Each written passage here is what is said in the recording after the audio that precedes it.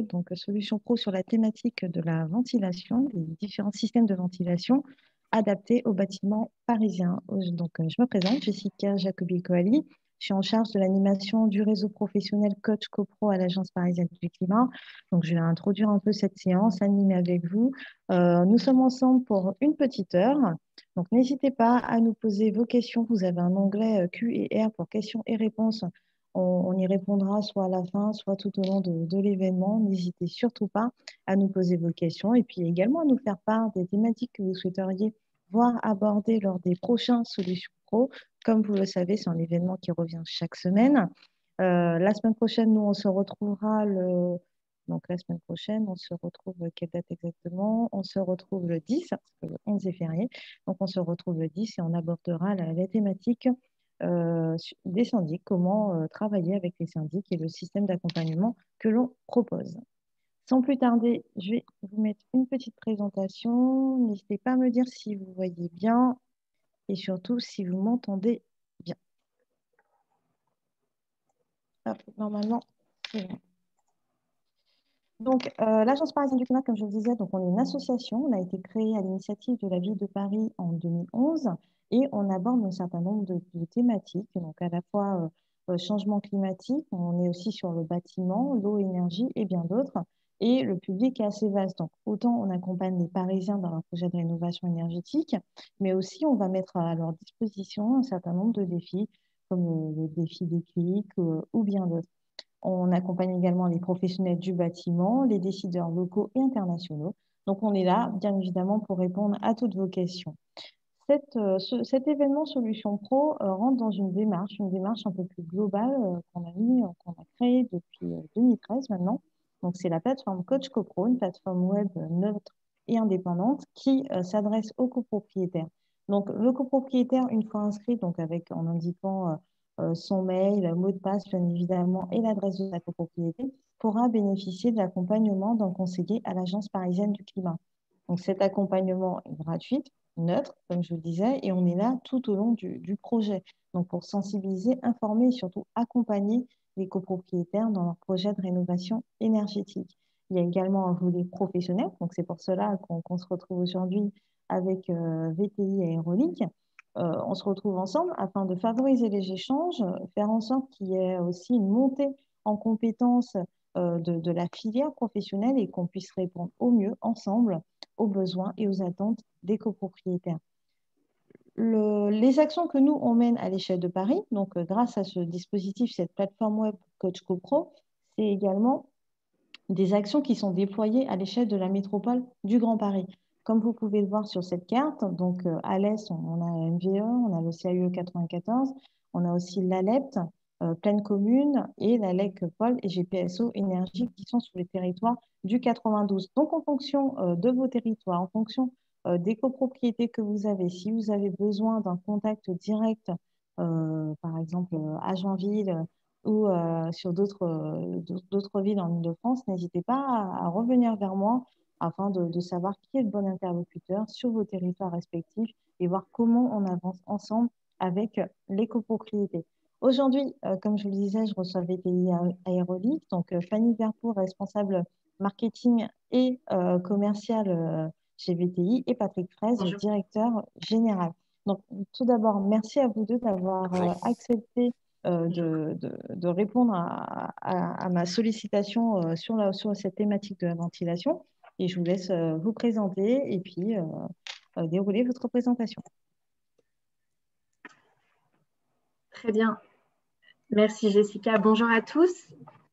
Je me présente, donc Fanny Verpoor, responsable commercial et marketing de VTI Aérolique. Et j'accompagne aujourd'hui Patrick Fraise, directeur général de VTI, pour vous parler des solutions de ventilation pour la rénovation des bâtiments parisiens. Donc tout d'abord, je vais présenter l'entreprise VTI Aérolique. Nous sommes spécialistes de la ventilation mécanique basse pression en rénovation et réhabilitation de logements collectifs et copropriétés. Nous existons depuis 37 ans. Nous sommes basés dans l'Hérault, près de Sète, dans le bassin montpelliérain. Voilà, nous commercialisons une vingtaine de systèmes de rénovation de ventilation. Nous avons 1200 entreprises qui sont nos partenaires et nous avons vendu depuis notre existence plus de 2 millions d'extracteurs en France. Donc, au niveau de notre organisation, nous avons un bureau d'études interne qui conceptualise nos systèmes. Voilà, nous avons la chance d'exploiter nos propres brevets. Nous avons une usine qui fabrique nos propres produits, un réseau de chargés de prescription nationale, voilà, qui sont prescripteurs auprès des maîtres d'ouvrage, des maîtres d'œuvre, des architectes aussi, dans leurs projets de rénovation. Et nous sommes présents en France et en Europe, et nous avons également une agence en Île-de-France. Donc, je vais vous présenter tout d'abord les enjeux. Qu'est-ce qui nous anime en tant que fabricant de systèmes de ventilation? Donc, notre préoccupation première est la qualité d'air intérieur. Donc, on commence à en parler de plus en plus. Vous en avez déjà peut-être entendu parler. Ça devient un vrai, ça devient une, comment dirais-je, une préoccupation de santé publique. Voilà, tout à fait, puisque ça représente 20 000 décès par an en France et que ça coûte à la collectivité 19 milliards d'euros par an. Voilà. Donc, ce que l'on sait aujourd'hui de la qualité d'air intérieur, c'est qu'elle est malheureusement 5 à 8 fois plus polluée que l'air extérieur et que nous passons 90% de notre temps dans des lieux clos, donc à l'intérieur, dans un air qui est 5 à 8 fois plus pollué. Donc, l'air intérieur est composé de toute une somme de polluants qui sont induits par l'activité humaine ou par les composants, les matériaux utilisés dans la construction des bâtiments. Donc, au niveau des enjeux, en tant que fabricant de systèmes de ventilation, c'est avant tout la lutte contre le réchauffement climatique, puisque comme vous le voyez ici sur ce schéma, l'émission de CO2 des bâtiments résidentiels et tertiaires représente 19% de l'émission totale de CO2, donc de ces gaz à effet de serre. Et donc, la réduction de ces émissions est un domaine clé dans cet enjeu, dans cette lutte contre le réchauffement climatique. Et ensuite, l'autre enjeu est la lutte contre la précarité énergétique, puisque effectivement, aujourd'hui, 1 Français sur 5 est en situation de précarité énergétique. Donc, c'est-à-dire qu'il n'y a pas de rénovation de son logement par manque de moyens ou pour d'autres raisons. Ça va développer en fait ce manque de rénovation et bien des pathologies respiratoires, donc des bronchites, de l'asthme, tout ce qui est pathologie allergène, et aussi parfois le recours à des chauffages d'appoint qui sont très dangereux et qui peuvent amener jusqu'à l'intoxication au monoxyde de carbone. Voilà, donc toute cette précarité énergétique forcément génère un inconfort et un mal-être pour les occupants, et c'est ce à quoi nous voulons pallier. Donc, je vais vous parler maintenant du principe de ventilation générale et permanente. Pourquoi ventiler? Donc, avant l'arrêté du 22 octobre 1969, arrêté relatif à l'aération des logements, c'était une aération pièce par pièce, notamment avec une ventilation haute et basse en pièces techniques. Et cet arrêté instaure une ventilation générale et permanente. Donc, comment elle se compose? C'est une entrée d'air neuf par les pièces principales, donc le salon, les chambres, etc. Un détalonnage des portes, donc c'est-à-dire détalonner le bas de la porte pour laisser circuler l'air. Là, vous voyez sur le schéma, les flèches bleues symbolisent l'entrée d'air neuf, donc le détalonnage des portes, et les flèches rouges, l'extraction de l'air. Et donc, vous allez avoir une extraction de l'air dans les pièces techniques, c'est-à-dire les salles de bain, les cuisines, qui vont aller jusqu'en toiture avec l'extraction en toiture de nos systèmes. Donc, on le verra par la suite, une extraction naturelle ou permanente en fonction des besoins. Donc, pourquoi cette ventilation générale et permanente? À quoi elle sert? Eh bien, elle sert, on en a parlé tout d'abord au confort des habitants, à l'amélioration de la qualité d'air intérieur, à la conservation du bâti, donc conservation du patrimoine, à l'assainissement donc du logement, et la lutte contre l'humidité, et aussi le confort olfactif pour les occupants. Je vais passer la parole à Patrick qui va vous parler des différents types de conduits. Oui, bonjour à toutes et à tous. Oui, avant de démarrer la présentation propre au bâtiment parisien, il est important de faire un point sur les conduits existants parce qu'ils constituent une partie importante des bâtiments, de la structure des bâtiments parisiens. Le plus récent de ces conduits, c'est donc le conduit Shunt. Il a été créé justement par une entreprise parisienne dans les années 50. Il a accompagné en fait la construction des grands ensembles. Son principal intérêt, c'est qu'il apportait un encombrement très réduit par rapport à des conduits individuels que je vous présenterai juste après. Et puis, il était beaucoup plus simple, beaucoup plus rapide, moins coûteux à ériger. Donc, c'est un conduit qui fonctionne en tirage naturel, hein, qui a été conçu pour la ventilation naturelle. Il a plusieurs caractéristiques. Donc, comme je vous l'ai dit, un encombrement réduit, fonctionnement en tirage naturel, montage rapide, pardon, installation rapide, et ensuite une caractéristique acoustique intéressante, c'est-à-dire qu'il limite la transmission du bruit d'un étage à un autre, et il a une sécurité incendie intégrée du fait des raccords individuels qui empêchent le feu en fait d'être transmis d'un étage à un autre. Voilà pour le conduit shunt. Donc c'est un conduit qu'on le retrouve de manière assez massive sur le territoire national, et encore plus en région parisienne avec la densité urbaine qu'on y connaît. Fanny, est-ce que vous pouvez changer de s'il vous plaît? Ensuite, les conduits individuels. Les conduits individuels étaient préexistants au conduit shunt. Ils existent depuis très très longtemps, hein. Vous en retrouvez même sur le Louvre, par exemple, et sur voilà, tout un ensemble de monuments historiques. Et puis on le retrouve sur les bâtiments haussmanniens et sur les bâtiments antérieurs et postérieurs jusqu'à 1970 environ. On retrouve des conduits individuels. Ces conduits individuels, comme leur nom l'indique, ils appartiennent chacun à un logement et à une pièce technique. Si vous regardez la photo de gauche, on voit très bien que le tout petit conduit qui est le plus à gauche de la photo, en fait, dessert le dernier niveau, et qu'ensuite on dessert le logement du dessous, etc., jusqu'au rez-de-chaussée. Donc voilà, ces conduits ont très bien fonctionné, continuent de très bien fonctionner à condition d'être bien entretenus, euh, et d'être bien repérés surtout. Mais on en parlera juste après. Ensuite, les conduits Alsace, alors on en parle, c'est pas forcément pertinent pour la région Île-de-France, mais c'est possible d'en trouver. Moi, j'ai dirigé l'agence Île-de-France de VTI pendant 8 ans, et ça m'arrivait une ou deux fois de tomber sur des conduits Alsace, bien qu'ils soient au départ, comme leur nom l'indique, destinés uniquement à la région Alsace.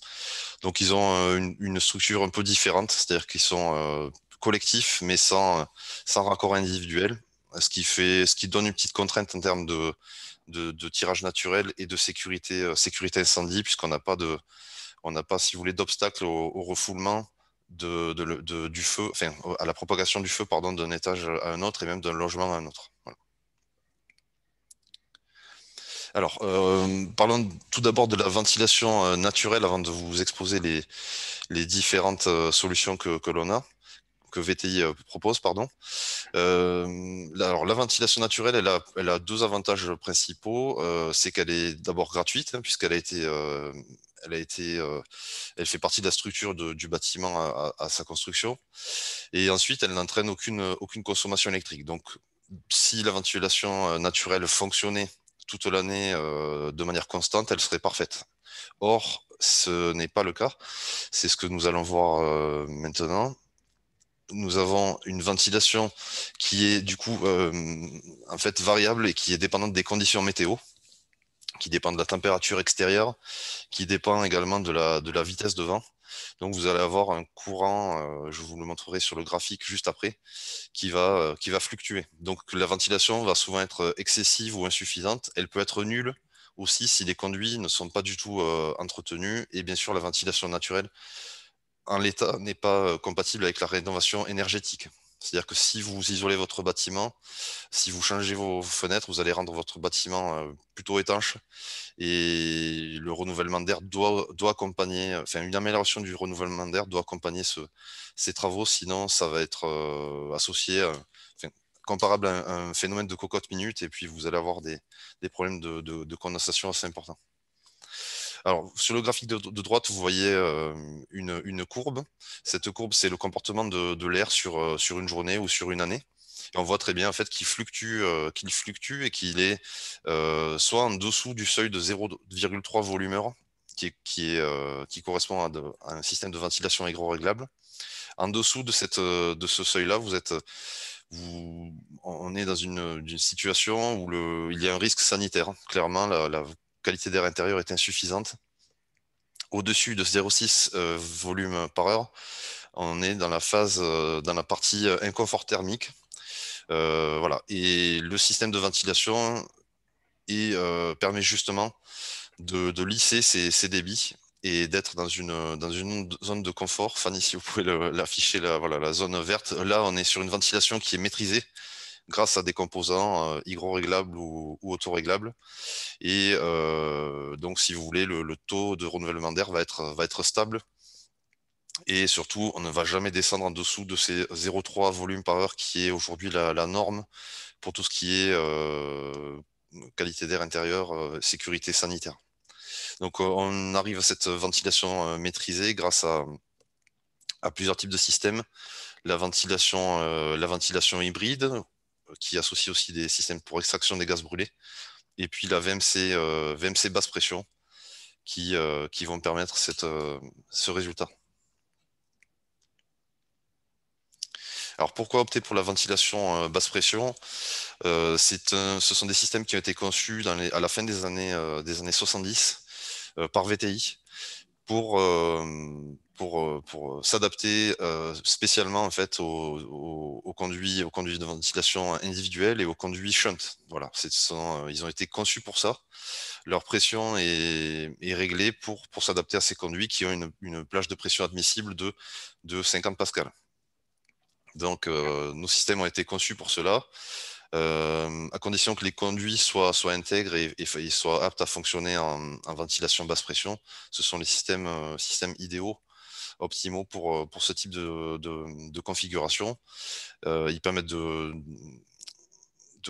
respecter la plage d'étanchéité de ces conduits, de limiter également les déperditions et puis les désagréments sonores, voilà, acoustiques. Alors parlons de la ventilation dans les bâtiments haussmanniens et antérieurs. Les bâtiments haussmanniens représentent quasiment un tiers des bâtiments qui ont été construits entre 1850 et 1914.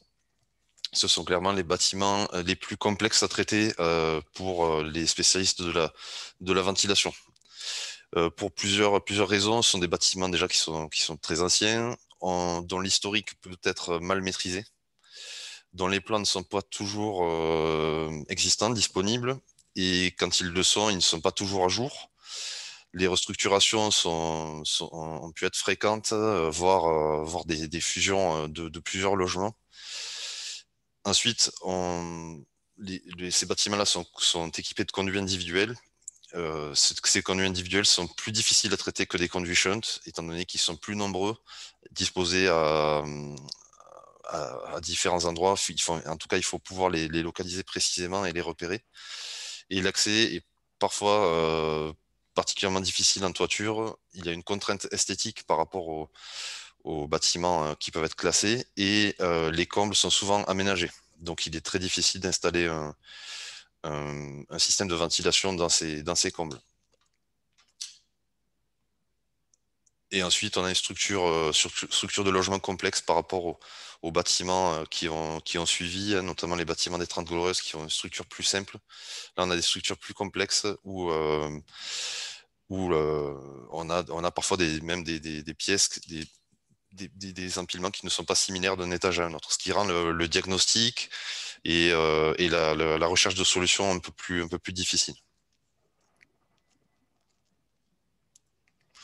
Alors, les démarches à entreprendre pour ces bâtiments haussmanniens, la première chose à faire, c'est de réaliser une cartographie précise des appartements si elle n'est pas disponible sur des plans ou si les bâtiments ne sont pas, ne sont, pardon, les plans ne sont pas à jour. Il faut pouvoir cartographier d'abord très précisément les appartements. Ensuite, il va falloir recenser, et ça c'est propre à toutes les copropriétés, recenser précisément les modes de production d'eau chaude sanitaire par appartement. Ça, c'est très important pour choisir le bon système de ventilation. Si vous partez sur un système de ventilation sanitaire pour l'ensemble de la copropriété et que vous vous rendez compte en cours de réalisation que vous avez une chaudière présente dans plusieurs logements, cela va mettre en péril tout votre projet. Donc, il est très important. C'est le premier critère à prendre en compte, c'est comment est produite l'eau chaude sanitaire dans les logements.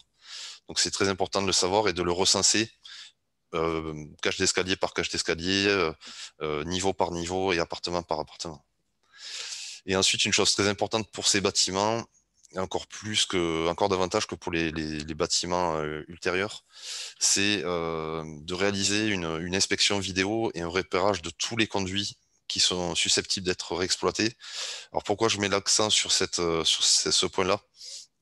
C'est parce qu'il n'est pas rare dans les bâtiments parisiens que des propriétaires qui ne maîtrisent pas bien la ventilation ou qui parfois peuvent ne pas être très scrupuleux, euh, décident par exemple de supprimer, de détruire une partie de leur appartement et donc de supprimer tout simplement ces conduits. Donc ça, c'est assez désastreux pour la ventilation des logements qui sont en dessous, puisque ben, l'air que vous essayez d'extraire par un conduit ne sera jamais évacué à l'extérieur par la toiture. Donc c'est très très important de réaliser vraiment une cartographie de l'ensemble du bâtiment et de ses conduits, voir s'ils sont bien vides déjà, s'ils sont continus depuis la toiture jusqu'à l'appartement, s'il n'y a pas de fuite, s'il n'y a pas de rupture ou de défaut d'étanchéité, etc. Alors les solutions possibles pour ces bâtiments haussmanniens, si les combles sont disponibles, la première chose, c'est d'opter pour un système de ventilation mécanique basse pression qui va respecter les plages de pression des conduits et qui va éviter de les tuber. Donc c'est un avantage en termes de coût pour les copropriétaires. L'absence de tubage enfin, éviter le tubage est très important, non seulement pour une question de coût, bien sûr, mais également pour une question de gêne occasionnée par les travaux. Ensuite, si les coms ne sont pas disponibles, une autre possibilité est d'installer une VMC individuelle si un plafond peut être un faux plafond pardon, peut être créé dans l'appartement. Et ensuite, excusez-moi, on a beau prévenir qu'on est en présentation, on est toujours dérangé. Et ensuite, la troisième possibilité, c'est de pouvoir installer des extracteurs hybrides directement sur les conduits individuels réexploités. C'est aussi une possibilité. Alors, passons à la ventilation, à la rénovation de la ventilation des bâtiments des 30 Glorieuses. Alors, à l'image, vous avez tout un quartier, je crois que c'est le boulevard Vincent Auriol, dans le 13e arrondissement. Voilà, un bâtiment typique de ce qui a pu être construit entre les années, enfin, entre la sortie de la Seconde Guerre mondiale et le début des années 80. Ces bâtiments-là, donc collectifs, souvent équipés de conduits shunt, c'est ce dont je vous parlais tout à l'heure. Donc, ils représentent 21% des bâtiments construits à cette période-là. Alors, ce sont des bâtiments qui sont anciens, mais un peu moins anciens que les bâtiments haussmanniens, dont on maîtrise beaucoup mieux l'historique. Les plans sont bien souvent disponibles. Ils nécessitent quand même un contrôle, puisqu'il y a pu avoir des petites modifications. Ils sont équipés en majorité de conduits shunt, dont je vous parlais tout à l'heure. L'accès est souvent plus simple et mieux sécurisé pour le diagnostic et pour les travaux. Et puis, les structures de logement sont beaucoup plus simples, sont superposées, varient très peu d'un étage à un autre, ce qui rend toutes les parties de l'opération beaucoup plus simples. Alors, c'est un peu la même chose que pour les bâtiments des 30 Glorieuses. Ici, il faut contrôler les plans cette fois-ci, pas forcément cartographier précisément comme pour les bâtiments haussmanniens. Il faut recenser à nouveau tout ce qui est production de mode de production d'eau chaude sanitaire, c'est très très important. Et puis là aussi, faire une inspection vidéo. Alors peut-être pas sur tous les conduits parce que ceux-là sont beaucoup mieux maîtrisés, pardon, mais au moins sur un échantillon représentatif de conduits. C'est important, mais on a quand même beaucoup moins de surprises sur des conduits shunt que sur des conduits individuels. Les principales surprises que l'on retrouve que l'on peut rencontrer en copropriété, ce sont des branchements de hotte, par exemple, sur ces conduits shunt, ce qui est interdit, et des branchements de poêle à chauffage. Bon, voilà, ce sont des choses qu'il faut éviter, dont il faut se rendre compte pardon, avant le démarrage des travaux. Sinon, on risque de réellement perturber le système de ventilation qui va être installé. Donc voilà, c'est très important de bien diagnostiquer pardon, tous ces éléments. Oui, donc je vais reprendre la parole et vous présenter. Donc ici, vous avez le synoptique de l'ensemble de nos solutions, donc, dont le choix va être conditionné par la présence ou non de chaudières raccordées sur les conduits naturels, bien évidemment. Donc, ce ne sera pas la même solution s'il y a une extraction, une évacuation des gaz brûlés que vous voyez ici à droite, ou que ce soit uniquement le traitement de la ventilation. Donc, s'il s'agit de la ventilation, la question à se poser, ce sera va-t-on maîtriser la ventilation toute l'année? Si la réponse est non, on s'orientera plutôt vers une solution naturelle ou hybride, dont je vous parlerai avec des cas pratiques, avec des chantiers réalisés en Île-de-France et à Paris par la suite. Et si cette ventilation est effectivement maîtrisée en continu, on va parler de ventilation mécanique basse pression. Voilà. Donc, voici un des chantiers que nous avons réalisé à Issy-les-Moulineaux. Donc, il s'agissait ici d'une résidence de 123 logements. Donc, comme Patrick vous en a parlé tout à l'heure, pourquoi la basse pression? C'est la réutilisation des conduits existants, donc avec une économie notable par rapport à l'installation. Et vous avez une solution ici qui a été installée, qui est la solution Voltaire Évolution en hygroa. Donc, Voltaire Évolution, c'est lorsque la ventilation est maîtrisée toute l'année. Donc, c'est une solution qui extrait en permanence l'air vicié.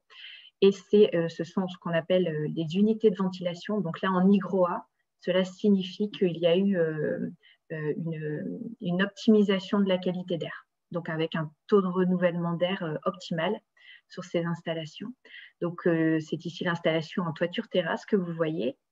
Donc, tous nos systèmes, les 3 systèmes que je vais vous présenter, donc en ventilation, mécanique basse pression et en ventilation naturelle et hybride, sont des solutions qui sont éligibles au certificat d'économie d'énergie. Donc ça, c'est un domaine que les maîtres d'ouvrage en général maîtrisent très bien.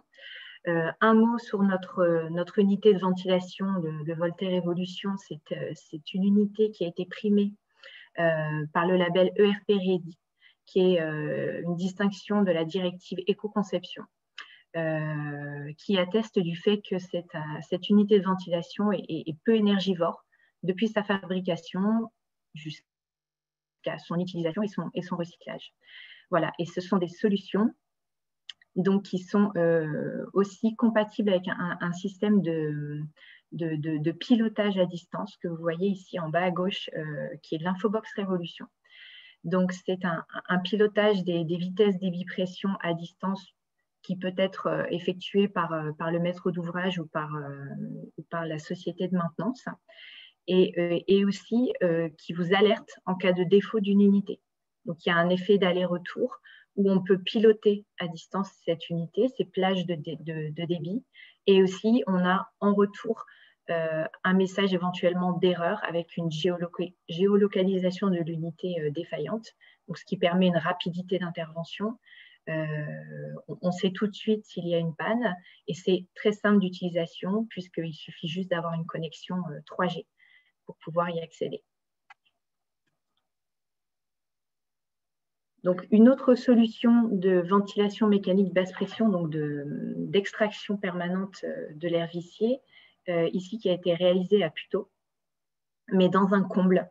Donc voilà, donc ça peut être une solution quand il y a une contrainte esthétique en toiture ou une toiture qui est trop pentue pour installer la solution précédente.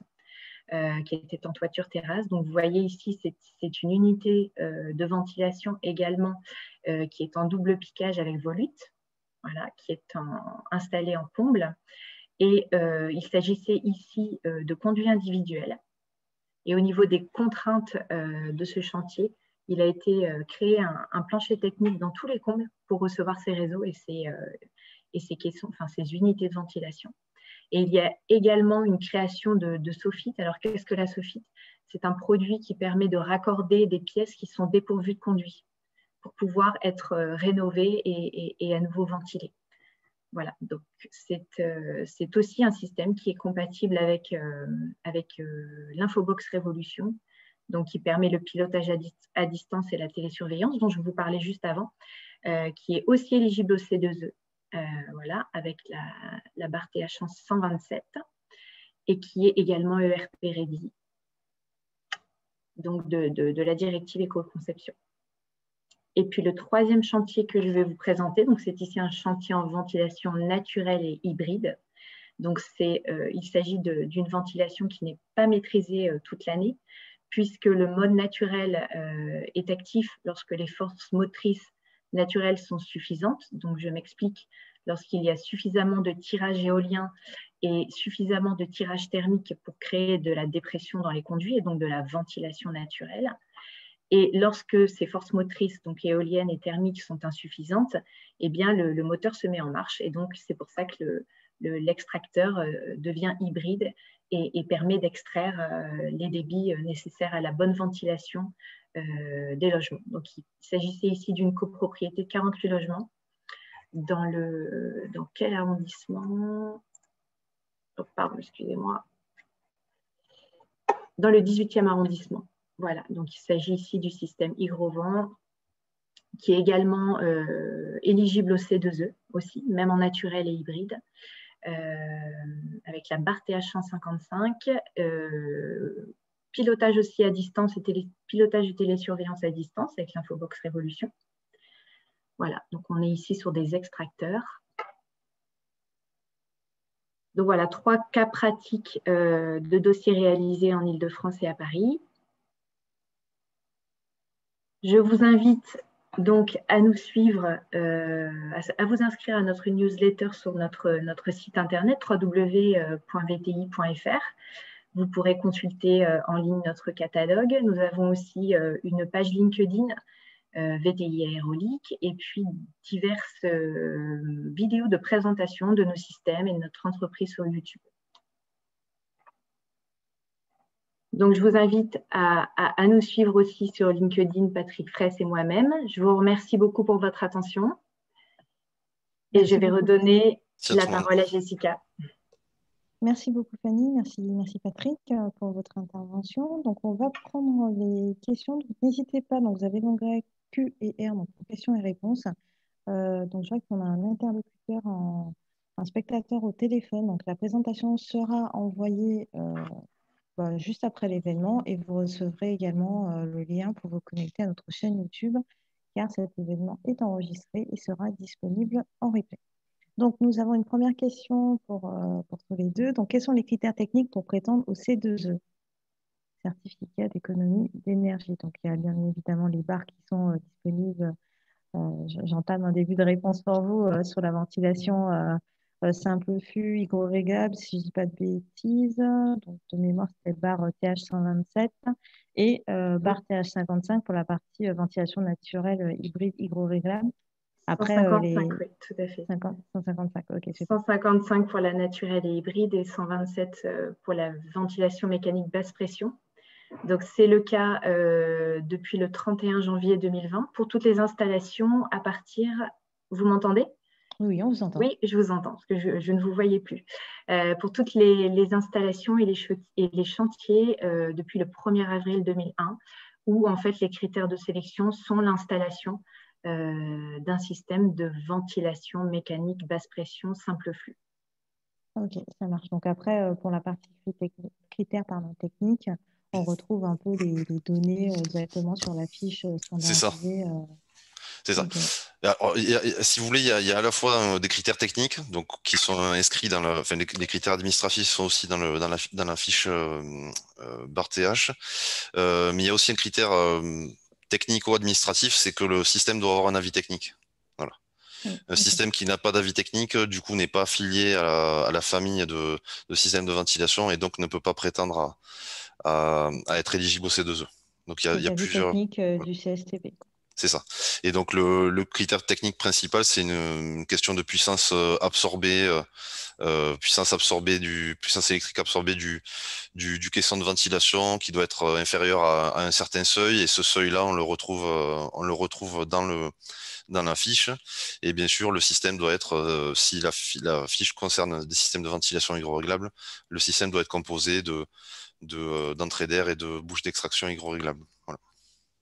Ok, très bien. Bah, merci pour cette précision. Donc, peut-être un petit rappel. Donc, on a dit bar CH 127 et bar CH 155, si je ne dis pas de bêtises. C'est Super. bien ça. Ensuite, donc, oh là, on a quand même pas mal de questions, donc c'est super. Bonjour, à quoi ressemble une sortie de ventilation en toiture d'un bâtiment haussmannien avec contraintes architecturales? Et avez-vous besoin de créer une sortie spécifique ou réutiliser, vous, les souches existantes? Donc là, on est sur les cas des bâtiments haussmanniens. Oui.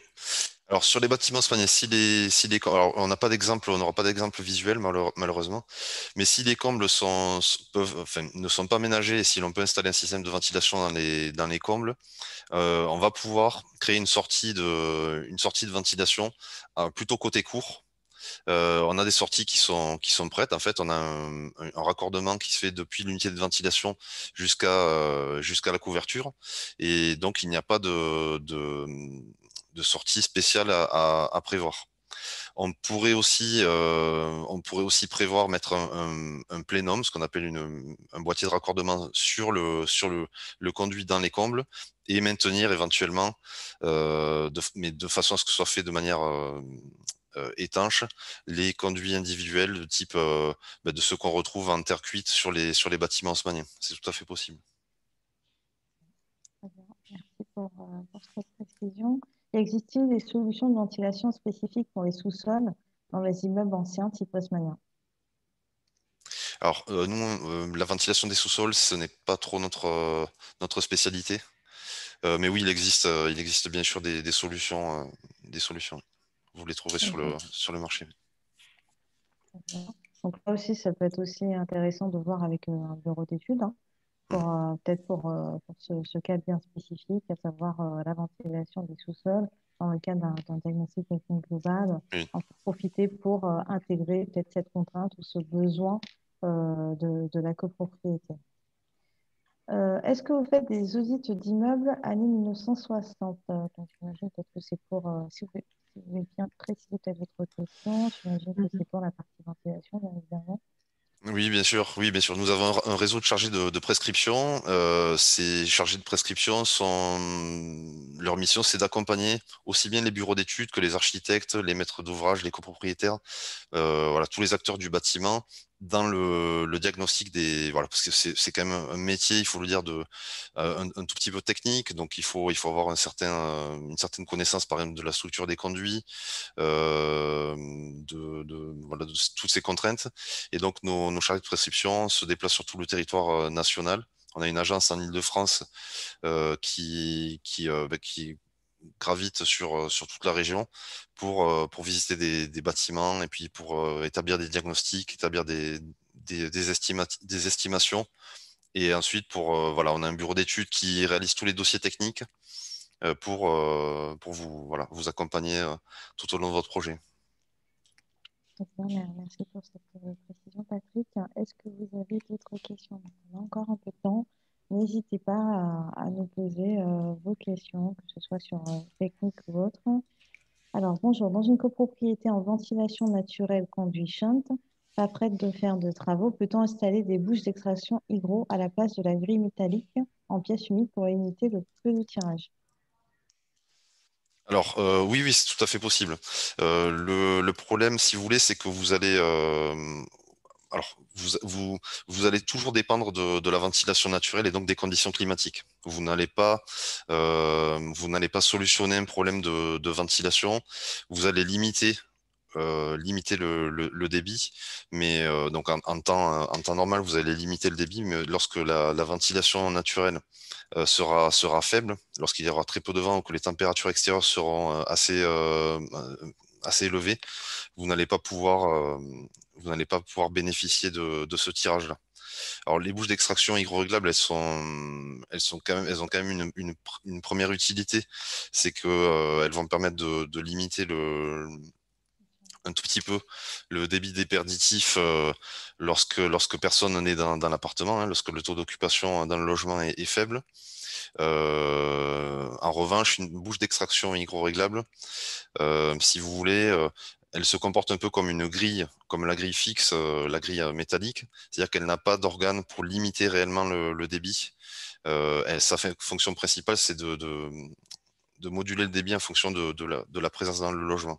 Donc, si vous voulez, c'est une première étape, mais ça ne sera pas suffisant, ce n'est pas la panacée. C'est possible, c'est une solution économique, mais pas forcément la solution idéale pour vraiment, si vous faites des travaux de rénovation énergétique globaux, ce n'est pas la solution idéale. Il vaut mieux assister mécaniquement cette ventilation naturelle. D'ailleurs, dans le cas de cette copro, visiblement, ils ne souhaitent pas, en tout cas, s'engager dans l'immédiat dans des travaux de rénovation énergétique. Donc, est-ce que ça peut être une solution en attendant que la copropriété passe à l'étape suivante? Oui, c'est une première étape, hein. C'est une première étape. C'est toujours mieux, c'est sûr, que les grilles fixes d'origine. Mm. Super, merci. Est-ce que vous pouvez peut-être préciser aussi, on a des questions sur l'inspection du réseau d'eau chaude sanitaire dans le cadre d'un diagnostic et quelle est l'utilité en fait de ce diagnostic? Est-ce que vous pouvez répéter la question? Oui, est-ce que vous pouvez préciser en tout cas l'intérêt de l'inspection du réseau d'eau chaude sanitaire? Alors, c'est pas forcément une inspection du réseau, hein, d'eau chaude sanitaire. C'est juste savoir si enfin, comment est produite l'eau chaude sanitaire dans chaque appartement. C'est-à-dire, est-ce qu'on a un ballon d'eau chaude sanitaire? Est-ce qu'on a une chaudière de type ventouse? Est-ce qu'on a une chaudière à tirage naturel qui est raccordée sur le conduit? Est-ce qu'on a un chauffage collectif? Enfin, la question peut se poser pour des bâtiments peut-être postérieurs aux bâtiments haussmanniens. Mais voilà, ce qu'il faut absolument, c'est maîtriser cette question-là parce que par exemple, le système de ventilation mécanique basse pression dont vous parlez tout à l'heure de chez VTI qui s'appelle Voltaire Evolution n'est pas compatible avec des chaudières à tirage naturel. C'est incompatible. Donc, si vous voulez, si vous investissez dans un système de ventilation et que vous vous rendez compte que dans un appartement, vous avez une chaudière qui n'est pas compatible avec le système, non seulement vous allez devoir réagir un peu en catastrophe, mais surtout vous allez prendre un risque pour la santé de l'occupant. Donc il faut absolument maîtriser cette question-là. VTI a toutes les solutions disponibles pour chaque configuration. On n'a jamais, si vous voulez, on n'a pas de limite par rapport à ça, mais il faut diagnostiquer avant tout cette question-là qui est très très importante, et ensuite du coup choisir la bonne solution. C'est un peu le synoptique que vous montrez Fanny tout à l'heure. On l'a on l'a établi, on l'a réalisé pour ça, pour bien prendre en compte que le premier point, c'est cette question de la présence ou non de chaudière à tirage naturel, et pour bien choisir le bon système. Très bien, merci. Et dans les immeubles des 30 Glorieuses, le passage à une ventilation mécanique basse pression augmente de combien les charges générales de la copropriété? Donc, la partie électricité, maintenance, par exemple. Alors ça, c'est un peu difficile à estimer. On ne l'a pas estimé encore pour l'ensemble des bâtiments. C'est peut-être d'ailleurs une question à laquelle il faudrait qu'on puisse répondre, enfin qu'on puisse présenter en tout cas. Mais si cette personne, par exemple, souhaite pour sa résidence estimer le coût du système de ventilation, estimer la consommation électrique sur une année, et estimer également le coût de la maintenance, on peut très bien l'accompagner. Donc voilà, il suffit de prendre contact avec nous, nous envoyer par exemple les plans de la résidence, éventuellement qu'on fasse une visite et puis qu'on puisse estimer enfin, configurer le système, pardon, et estimer toutes ces conséquences. Voilà. J'imagine que c'est pareil pour les coûts par logement. Il vaut mieux effectivement se rapprocher de vous, voir aussi le système Oui, enfin, de chaque copropriété et par logement, c'est plus simple. N'hésitez pas à oui. revenir vers eux. De manière, vous allez avoir l'ensemble des contacts. Alors, donc ça, on en a parlé. Donc, on a une question. Alors, existe-t-il aujourd'hui des gaines de ventilation qui peuvent se placer dans une isolation thermique extérieure et ainsi limiter l'impact architectural de la solution? Et est-ce adaptable sur vos solutions? Oui, tout à fait, oui. Oui, oui, alors, la solution n'a pas été trouvée par VTI. La solution a été trouvée directement par des installateurs qui maîtrisent vraiment le terrain, qui sont eux-mêmes confrontés, enfin, ou par des architectes qui sont confrontés aux réalités de terrain, aux contraintes. La solution, c'est d'utiliser des conduits oblongs. Donc, les conduits oblongs sont des conduits qui ne sont ni circulaires, ni carrés, ni rectangulaires. Ce sont des conduits qui sont ovales, très aplati. Et en fait, ce qui est très intéressant, c'est qu'on peut les noyer absolument dans la façade, dans l'isolant, pardon. Et ensuite, il suffit d'utiliser, enfin, de fabriquer une pièce de raccordement entre ce conduit et le réseau de ventilation ou un extracteur de type hybride pour, euh, pour pouvoir assurer l'évacuation de l'air en partie extérieure. Donc voilà, ça c'est une solution qui a été utilisée sur plusieurs opérations en Île-de-France. Si vous êtes intéressé, on pourra vous donner des références enfin, par échange ultérieur si vous le souhaitez. Voilà, on pourra vous donner des références d'installateurs qui l'ont fait. Je sais qu'on a une réalisation importante aux Clés-sous-Bois dans les Yvelines qui a été réalisée récemment et qui justement utilisait un conduit extérieur noyé dans l'isolant. Ok, très bien. Merci pour cette précision. J'en profite comme on a encore un peu de temps, donc vous me retrouverez la semaine prochaine, donc le 10, pour aborder l'accompagnement des syndics et comment collaborer avec les syndics. On a également pour les notes et les études qui sont disponibles, donc l'étude sur DTG qui sera disponible la semaine prochaine sur notre site, donc le site de l'Agence parisienne du climat. Et pour vous inscrire à l'ensemble des événements, donc il faut vous rendre sur l'agenda. Je vous mettrai également le lien dans le mail juste après. Et si vous souhaitez poser quelques questions, n'hésitez pas. Bien évidemment, l'événement sera disponible en replay et je vous invite également à le partager à vos collègues, à vos contacts qui souhaitent en savoir un peu plus sur la ventilation. Et si vous n'avez pas vu d'autres thématiques que nous avons abordées dans les précédents Solutions Pro.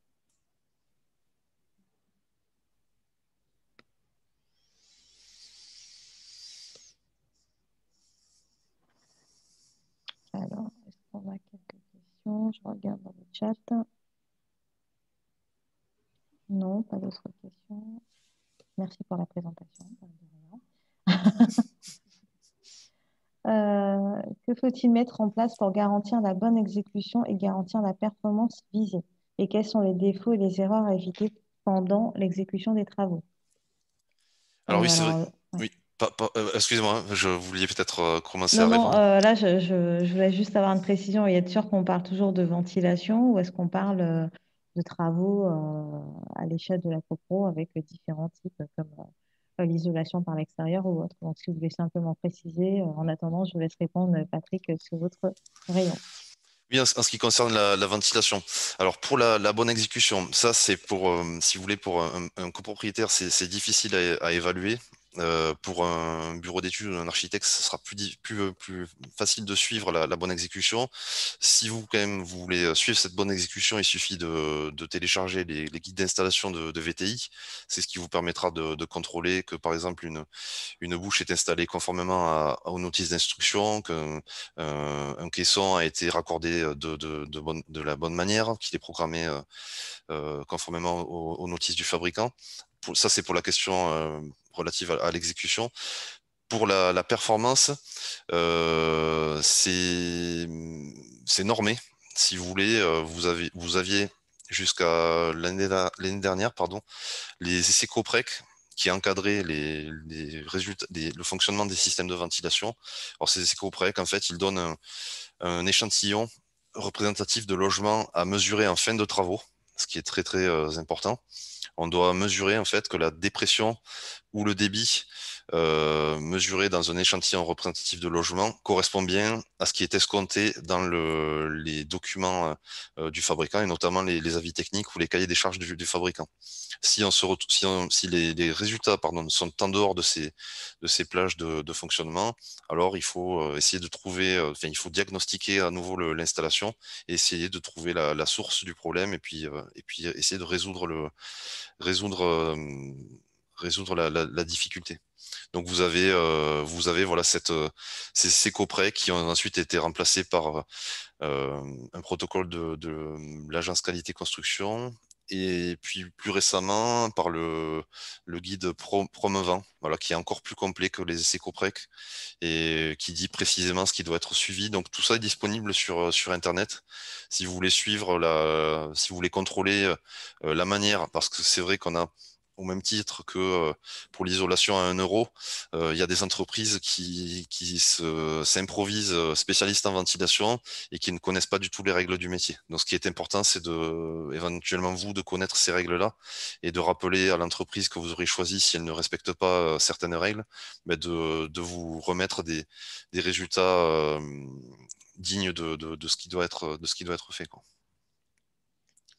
Oui, et si je peux me permettre d'ajouter, il y a aussi des réglages et paramétrages qui sont proposés par nos assistants techniques chantier, et donc qui permet la mise en service des solutions, de nos solutions, et qui permettent d'attester en phase de réception de chantier que les débits et les dépressions sont bien respectés et que le système, la solution fonctionne. Merci. Et est-il nécessaire de changer de chaudière au préalable avant la mise en place d'une ventilation permanente sur conduit shunt? Alors non. Non, VTI, si vous voulez, alors c'est une question qui est pertinente.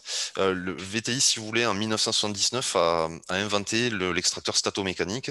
Cet extracteur statomécanique-là, sa fonction principale, en fait, c'est d'assurer le fonctionnement d'une chaudière à tirage naturel raccordé sur conduit shunt en toutes circonstances. Donc voilà. Et à l'époque, le slogan de VTI, c'était les avantages de la VMC gaz sans les inconvénients. En fait, c'est un système qui est simple à installer et qui permet de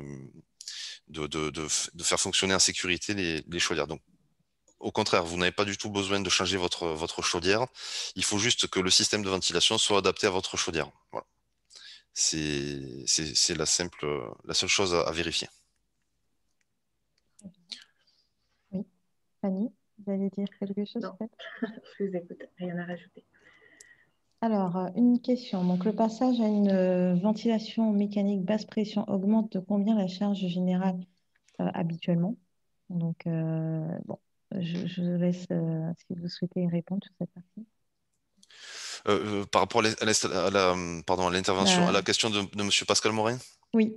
Ah oui, bah, écoutez, je trouve que l'intervention est très intéressante. On aurait pu tout à fait répondre la même chose. C'est juste que on aurait préféré pouvoir illustrer clairement ça. Et je pense que c'est ce qui nous manque dans notre communication. Et on est en train de travailler sur toutes ces choses-là. Donc on apportera peut-être, si vous nous réinvitez dans 6 mois ou ou dans 3 mois, on aura de meilleurs éléments à présenter. Oui. Très bien. Bonjour. Quand nous n'avons pas de conduite disponible occupée par des chaudières à gaz, la solution canalisation oblongue dans l'ITE reste la seule solution. Est-ce qu'elle reste la seule solution? et ils n'ont pas de cheminée Shunt. Alors, oui, oui et non. Je pense que Monsieur Macario a certainement contrôlé ceci. Si vous n'avez pas de conduit shunt disponible, enfin, si celui de la cuisine est occupé par une chaudière, vous pouvez aller à la recherche dans le bâtiment, enfin dans le logement, d'autres conduits. Par exemple, on peut réexploiter des conduits shunt qui seraient dans les chambres, qui seraient dans le séjour. Et ensuite, avec un réseau intérieur dans le logement, un réseau qu'on appelle Sofite, Sofito, ça vient de Sofito en italien, ça veut dire plafond, donc c'est un conduit qu'on met au plafond et qui permet d'aller jusqu'à la pièce qu'on veut ventiler et donc de raccorder horizontalement une pièce qui n'a... Ah, il ne reste plus rien, je vois la réponse. Donc s'il ne reste plus rien, en effet, enfin, vous avez deux solutions, c'est soit le conduit au blanc depuis l'extérieur, dans l'ITE, soit... soit un carottage des planchers et passer une gaine, mais bon, ça voilà, ça c'est beaucoup plus lourd. Passer une gaine dans les logements même, une gaine collective. Et donc là, je pense que ça mérite un peu, ça mérite au préalable une étude. Oui, oui, oui, Une tout à fait. Oui. Ouais, c'est ça. Ah, il faut se rapprocher de nous si vous avez un cas concret, on l'étudiera avec grand plaisir. Voilà. Merci à vous, Fanny. Merci, Patrick, d'avoir participé à cet événement, à ce Solution Pro sur la ventilation. Merci à vous, spectateurs, d'avoir participé. N'hésitez pas à nous laisser un petit commentaire, nous indiquer aussi les thématiques qui vous intéressent, les thématiques qu'on pourrait aborder d'ici la fin d'année et puis surtout préparer le programme de l'an prochain. Donc, moi, je reste à votre disposition par mail et également sur mon mobile. L'Agence parisienne du climat, donc on est à 100% en télétravail, mais on répond néanmoins aux mails, aux appels. Donc, n'hésitez pas à nous solliciter pour vos projets, que ce soit pour vos copropriétaires. Et puis, s'il y a quelques copropriétaires dans le public, n'hésitez pas à contacter la boîte mail info conseil. Merci à tous les deux. Merci encore aux spectateurs. Et puis, je vous dis à la semaine prochaine. Merci beaucoup. Merci Jessica, merci à Merci. tous.